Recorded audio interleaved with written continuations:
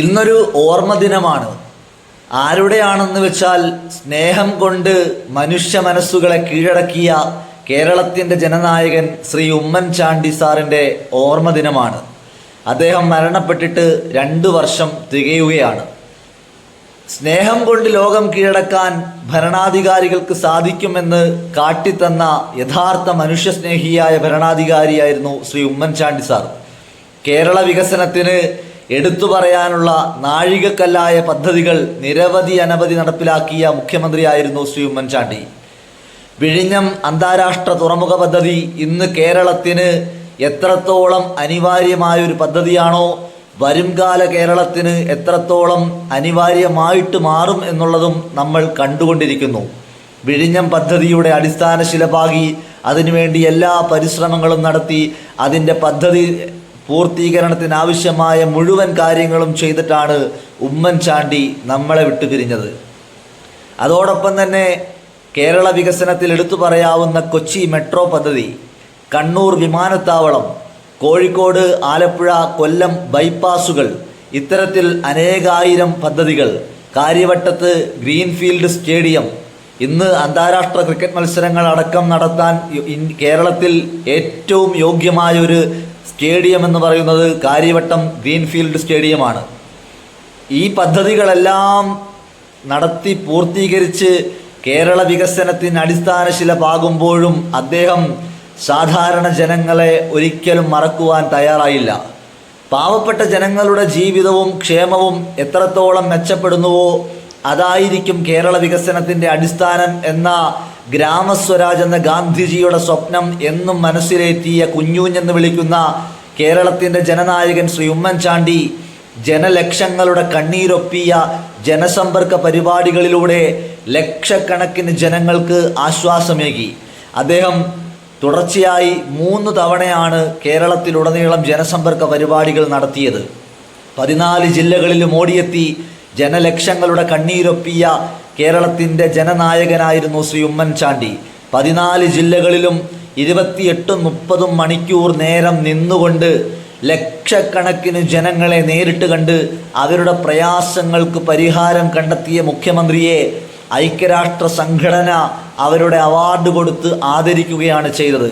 ഇത്തരത്തിൽ പാവപ്പെട്ട ജനങ്ങളോട് കരുണയും സ്നേഹവും കാണിച്ച ഉമ്മൻചാണ്ടി 700-ലധികം കുഞ്ഞുങ്ങൾക്ക്, ചെവി കേൾക്കാത്ത കുഞ്ഞുങ്ങൾക്ക് ശ്രുതിതരംഗം പദ്ധതിയിലൂടെ ചെവി കേൾക്കുവാനുള്ള കോക്ലിയർ ഇംപ്ലാന്റുകൾ നൽകിയ മുഖ്യമന്ത്രി, എണ്ണിയാൽ ഒടുങ്ങാത്ത വികസന ക്ഷേമ പ്രവർത്തനങ്ങൾ, പെൻഷൻ എന്നുള്ളത് ഒരിക്കലും ലഭ്യമാകാതിരുന്ന ഒരു കാലത്ത് എല്ലാവർക്കും അത് സാർവത്രികമാക്കുന്നതിൻ്റെ ഭാഗമായിട്ട് വിധവാ പെൻഷൻ, ആൺമക്കളുള്ള മുഴുവൻ സ്ത്രീകൾക്കും വിധവാ പെൻഷൻ അനുവദിച്ച മുഖ്യമന്ത്രി, പെൻഷൻ ഗുണഭോക്താക്കളുടെ എണ്ണം 12-13 ലക്ഷത്തിൽ നിന്നും 37 ലക്ഷമാക്കി വർദ്ധിപ്പിക്കുവാൻ നടപടിയെടുത്ത മുഖ്യമന്ത്രി, കേരളത്തിൽ ആദ്യമായി റേഷൻ കടകളിലൂടെ സൗജന്യമായി അരി വിതരണം ചെയ്തുകൊണ്ട് പാവങ്ങളുടെ കണ്ണീരൊപ്പിയ മുഖ്യമന്ത്രി, അപേക്ഷിച്ചാൽ 24 മണിക്കൂറുകൾക്കകം റേഷൻ കാർഡുകൾ കൊടുക്കുവാൻ ഉത്തരവിട്ട മുഖ്യമന്ത്രി,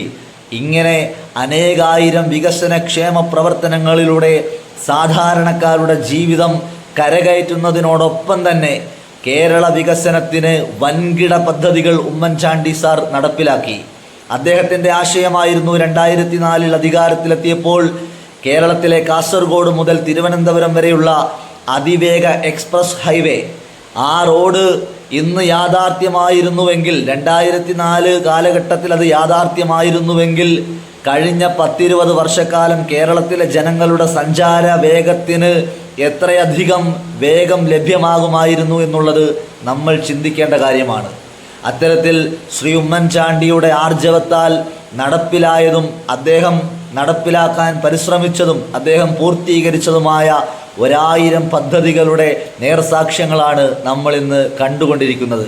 തീർച്ചയായിട്ടും കേരളത്തിലെ ജനങ്ങൾ എന്നും ഓർക്കേണ്ട, എന്നും അവരുടെ ഓർമ്മകളിൽ ആഴത്തിൽ സ്വാധീനിക്കുന്ന, സ്നേഹം കൊണ്ട് കീഴടക്കിയ, മനുഷ്യ ഹൃദയങ്ങളെ കീഴടക്കിയ, ദൈവ സാമീപ്യം ലഭിച്ച ഒരു ഭരണാധികാരിയായിരുന്നു ശ്രീ ഉമ്മൻചാണ്ടി. അദ്ദേഹത്തെപ്പറ്റി പറയുകയാണെങ്കിൽ രാവും പകലും ജനങ്ങൾക്ക് വേണ്ടി മാത്രം ജീവിച്ച് അദ്ദേഹം മരണപ്പെടുമ്പോൾ അദ്ദേഹത്തിൻ്റെ സ്വന്തം പേരിൽ 46 ലക്ഷം രൂപയുടെ കടബാധ്യതയുണ്ടായിരുന്നു. എങ്ങനെയായിരുന്നു ആ കടം? അദ്ദേഹം പാവപ്പെട്ട രോഗികൾ തൻ്റെ അടുക്കലേക്ക് വരുമ്പോൾ അവർക്കെല്ലാവർക്കും മെഡിക്കൽ സൗകര്യങ്ങൾ, മെഡിസിൻസ് സൗജന്യമായിട്ട് നൽകുവാൻ മെഡിക്കൽ സ്റ്റോറിനെ ഏൽപ്പിച്ചിരുന്നു. അദ്ദേഹത്തിന് ശമ്പളം ലഭിക്കുമ്പോൾ പൂർണ്ണമായിട്ടും ആ പണം ആ മെഡിക്കൽ സ്റ്റോറുകളിലേക്ക് കൊടുത്തുകൊണ്ടിരുന്നു. അങ്ങനെ അദ്ദേഹം മരണപ്പെടുമ്പോൾ 46 ലക്ഷം രൂപയുടെ ബാധ്യതയാണ് സാധുക്കളും സാധാരണക്കാരുമായിട്ടുള്ള കേരളത്തിലുടനീളമുള്ള മനുഷ്യർക്ക് മരുന്ന് വാങ്ങുവാൻ കൊടുത്തതിൻ്റെ പേരിൽ അദ്ദേഹത്തിനുണ്ടായ ബാധ്യത. അദ്ദേഹത്തിൻ്റെ ജന്മനാടായ പുതുപ്പള്ളിയിൽ അദ്ദേഹത്തിൻ്റെ പരമ്പരാഗതമായിട്ട് അച്ഛനപ്പൂപ്പന്മാരുടെ കാലം മുതൽ കൈമാറി വന്ന പരമ്പരാഗതമായ സ്വത്തുക്കൾ പൂർണ്ണമായിട്ടും അദ്ദേഹം വില്ലേജ് ഓഫീസുകൾ, പഞ്ചായത്ത് ഓഫീസുകൾ, പുതുപ്പള്ളിയിലെ വിവിധ ഗവൺമെൻറ്റിൻ്റെ ഓഫീസുകൾ നിർമ്മിക്കാനായിട്ട് സൗജന്യമായി കൊടുത്തിട്ട് പുതുപ്പള്ളിയിൽ സ്വന്തം പേരിൽ ഒരു വീട് നിർമ്മിക്കുവാൻ ആ മനുഷ്യന് സാധിച്ചില്ല.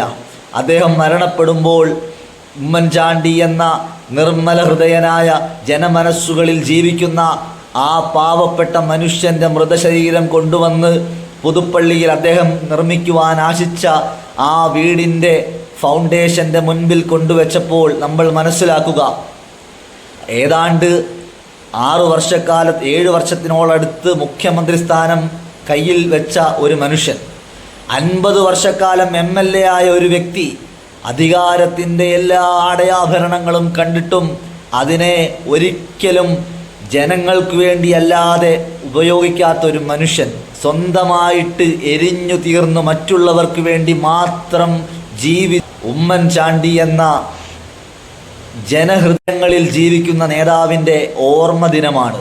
തീർച്ചയായിട്ടും ഈ തലമുറയ്ക്കോ വരും തലമുറകൾക്കോ ഒരിക്കലും മറക്കുവാൻ കഴിയാത്ത ഉമ്മൻചാണ്ടി സാർ 1000 ഓർമ്മകൾക്ക് മുമ്പിൽ 1000 തൊഴുകൈകളോടുകൂടി ഈ വീഡിയോ സമർപ്പിക്കുന്നു.